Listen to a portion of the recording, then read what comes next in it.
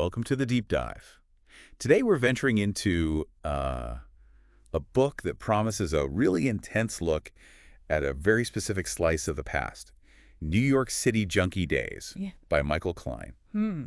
We've got the information page for this memoir from Lular.com as our source, and our mission basically is to pull out the most compelling parts for you. Yeah, like the setting, the author's journey. Right, and some, well, pretty fascinating people he apparently ran into, all without you having to, scroll through the whole sales pitch. Think of it as getting straight to the heart of the matter.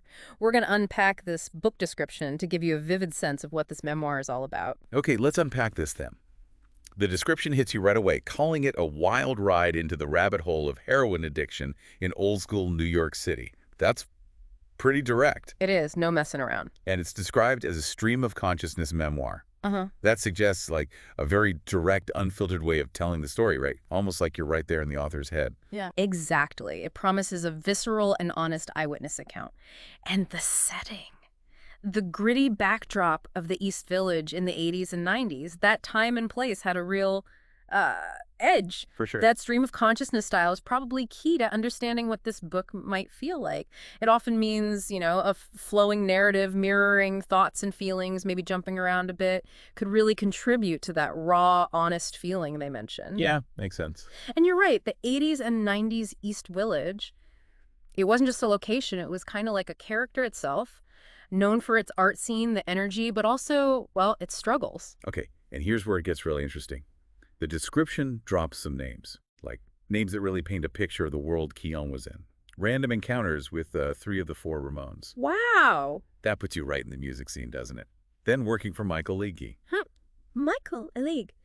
That name instantly brings to mind a very specific, almost notorious part of downtown club culture back then. Totally. And then, get this, a hilarious encounter with Allen Ginsberg, contrasted with a darker one with Herbert Hunk, both huge figures from the Beat generation. That's quite a mix of people. It truly is. These aren't just like casual name drops. They offer glimpses into the diverse and sometimes colliding worlds Klein was moving through. What do you think it says?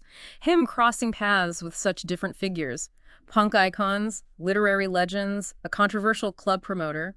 It hints at a real immersion, I guess. Yeah. Like he was deep in a particular cultural moment. Yeah, exactly. A real immersion. It really does seem like it. So who is this person taking us on this hellishly dark ride, as the description itself puts it?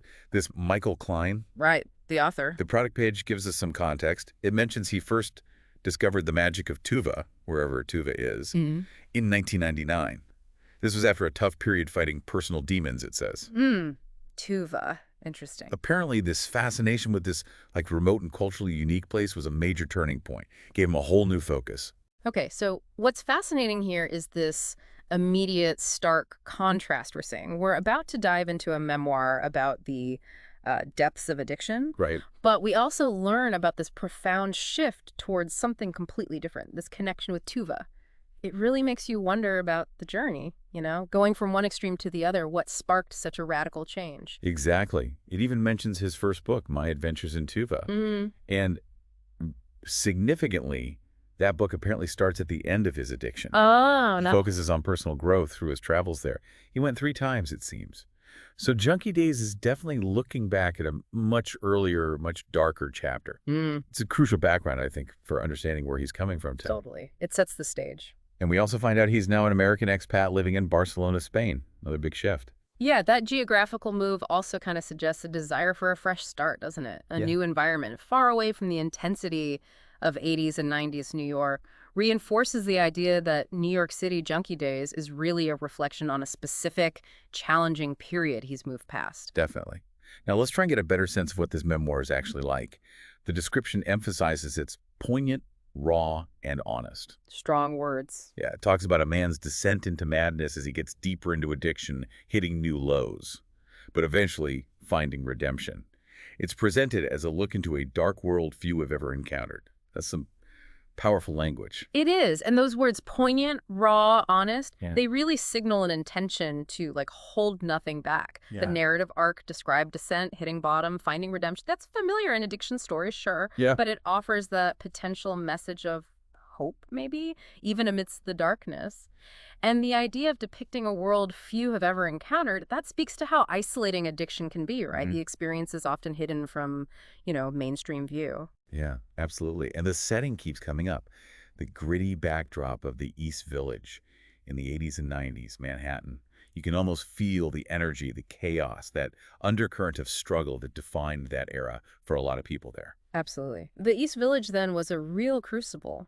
Artists, musicians, all sorts of people intersecting, often against this backdrop of economic hardship, social change. It wasn't a sanitized version of New York. That rawness probably comes through in Klein's memories. Let's circle back to those specific encounters for a sec, because they Yeah. really do spark curiosity. Three Ramones, Yeah. boom, punk rock scene. Right. Michael A. League takes you into that underground, flamboyant, kind of troubled nightlife world. Yeah. Very different vibe. And then the Beats Ginsburg with Hilarious Encounter and Hunk on the darker one. The contrast there is just striking. What do you think those contrasting encounters might reveal? About Klein's state of mind, maybe? Or just the different facets of the world he was in?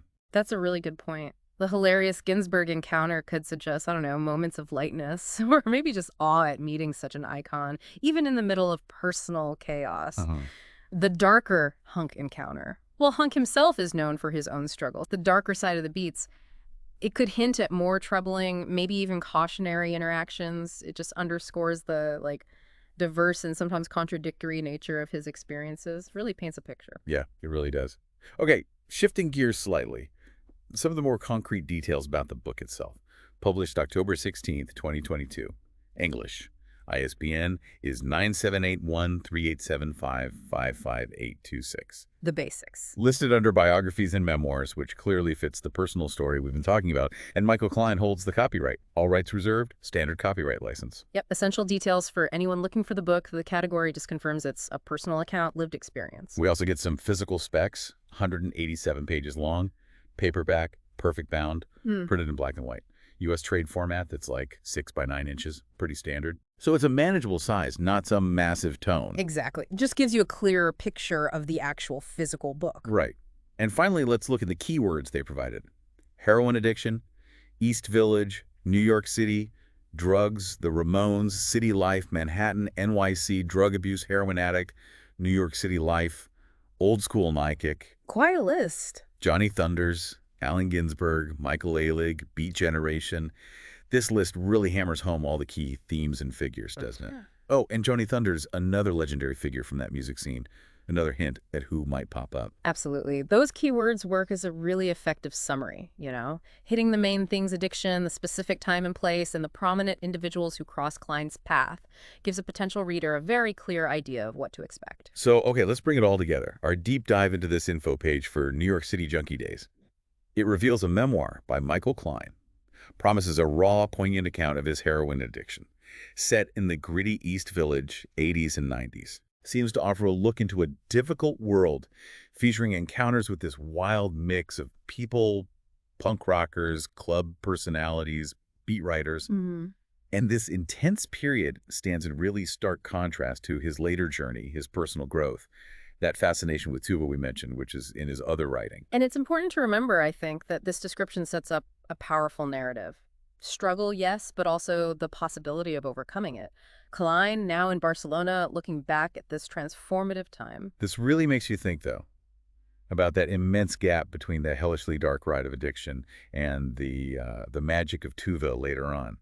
What kind of shifts, internal, external, could lead someone from that place of struggle to such a different past, such a different focus? That's the really compelling question here, isn't it? These glimpses into extreme personal experiences, they often illuminate this incredible resilience, Yes. the human spirit, and the potential for profound change, even after hitting what sounds like rock bottom.